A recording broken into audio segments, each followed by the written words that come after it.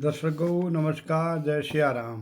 दर्शकों, पिछली वीडियो पर यज्ञोपसंस्कार का विस्तृत वर्णन किया था, जिससे आप अच्छी ढंग से समझ गए होंगे। शायद मेरे को लगता है कि आपकी शंका का समाधान हो गया होगा।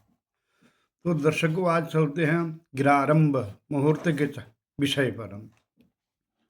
अर्थात हर व्यक्ति की इच्छा होती है मैं अपने जीवन में मकान बनाऊं, तो उसके लिए वो भूमि का चयन करता है। अगर शहरी इलाकों में रहता है तो ज़मीन खरीदता है, अगर गांव ग्रामीण इलाके में रहता है तो अपने ज़मीन पर ही मकान बनाता है। अच्छा, भूमि पूजन अर्थात भूमि पूजन और नींव पूजन करता है। ये कार्य कब कब करना चाहिए, किस नक्षत्र में करना चाहिए, किस बार में करना चाहिए, किस दिन में करना चाहिए, तो इसी के बारे में आज चर्चा करते हैं हम। तो सज्जनों, सबसे पहले अगर बार का लेते हैं तो सोमवार, बुधवार, बृहस्पतिवार, शुक्रवार और शनिवार को ही ये कार्य किया जाता है। अर्थात इस बारों के लिस्ट में रविवार का और मंगलवार का निषेध है, बाकी बारों में किया जा सकता है। उसके बाद महीनों का वर्णन करते हैं, अर्थात किन महीनों में नहीं करना चाहिए, पहले इसका वर्णन करते हैं। अर्थात सूर्य जब मीन राशि का हो, सूर्य जब मिथुन राशि का हो, सूर्य जब सिंह राशि का हो, सूर्य जब कन्या राशि का हो, सूर्य जब धनु राशि का हो, अर्थात इन महीनों पर नहीं करना चाहिए। उदाहरणतः चैत्र मास, आषाढ़ मास, भाद्रपद मास, आश्विन मास और पौष मास, इन महीनों पर गृहारंभ निषेध बताया गया है। बाकी अन्य महीनों में आप कर सकते हैं। इसके लिए उत्तरायण दक्षिणायन का कोई भेद नहीं है। उत्तरायण के दक्षिणायन में किसी में मई आप कर सकते हैं। अब जो इसके नक्षत्र हैं सज्जनों, तो इसके कुल 15 नक्षत्र गृहारंभ के हैं, जिनके बारे में चर्चा करते हैं।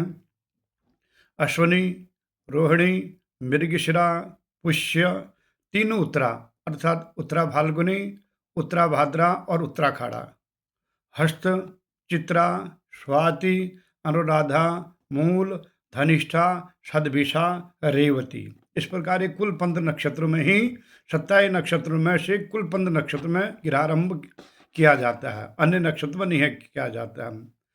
अब इसके लिए किस दिन करना चाहिए, इसको अगर करना, वृषभ चक्र शुद्धि देखना पड़ता है इसके लिए। अगर आप अच्छी ढंग से मध्य करना चाहते हैं तो उसके लिए ब्राह्मण को सबसे पहले वृषभ चक्र शुद्धि देखना पड़ता है। इसके लिए आप मुहूर्त ग्रंथों के माध्यम से वृषभ चक्र शुद्धि के बारे में ज्ञान प्राप्त कर सकते हैं। इसमें है सूर्य नक्षत्र से दिन नक्षत्र, जिस दिन आप कर रहे हैं पहले सूर्य का नक्षत्र देखा और जिस दिन आप कर रहे हैं उस दिन का नक्षत्र देखा। अगर 8 से 17 संख्या के बीच में अगर वो नक्षत्र है तब तो गृहारंभ बहुत शुभ माना जाता है। अन्य नक्षत्रों में हो तो निषेध बताया गया है। वो संख्या 8 से 17 के बीच में है तो शुभ है, अगर इसके 8 से कम है या 17 से अधिक है तब गृहारंभ निषेध बताया गया है। अब इसमें भद्रा व अष्टम चंद्र का भी निषेध बताया गया है। अब जिस लगन में कर रहे हैं उसमें चंद्रमा अष्टम में न हो और उस दिन भद्रा न हो, तथा विशेषकर भूमि भद्रा का विशेषकर ही इसका वर्जित करना चाहिए। अब संक्रांति दिन से, अगर आप संक्रांति के बारे में जानते हैं तो सूर्य संक्रांति के बारे में मेरे ख्याल से हर आदमी जानता होगा, भारत का सनातनी व्यक्ति। अगर सूर्य संक्रांति के बारे में वो जानता है तो किस दिन बस भूमि सुप्त रहती है, इसके बारे में चर्चा करते हैं। सूर्य संक्रांति से 7वें दिन, 9वें दिन, 15वें दिन, 21वें दिन और 25वें दिन में भूमि सुप्त रहती है। अर्थात इस दिन भूमि पूजन नहीं करना चाहिए, नींव नहीं खोदना चाहिए। और सूर्य नक्षत्र से दिन नक्षत्र 5वें संख्या में हो, 7वें में हो, 9वें में हो, 12वें में हो, 19वें में हो तो उस दिन में भी भूमि सुप्त रहती है, उस दिन भी भूमि पूजन नहीं करना चाहिए। और रिक्ता तिथि में भी नहीं करना चाहिए, अर्थात 4, 9, 14, चतुर्थी, नवमी और चतुर्दशी को भी रिक्तातिथि बल। उसके अलावा अमावस्या को नहीं करना चाहिए, प्रतिपदा को नहीं करना चाहिए, अष्टमी को नहीं करना चाहिए। इन तिथियों को छोड़कर अन्य किसी तिथि में भी आप निसंकोच कर सकते हैं।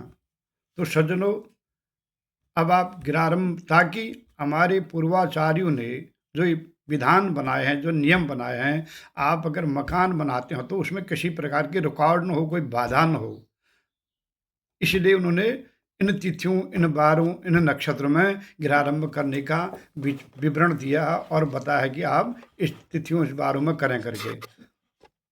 तो दर्शकों, तो आज का प्रसंग यहीं पर संपन्न करते हैं। अगले वीडियो में फिर किसी विषय पर मिलेंगे। तब तक मुझे आज्ञा दें। जय हिंद, जय भारत, हरि ओम तत्सत।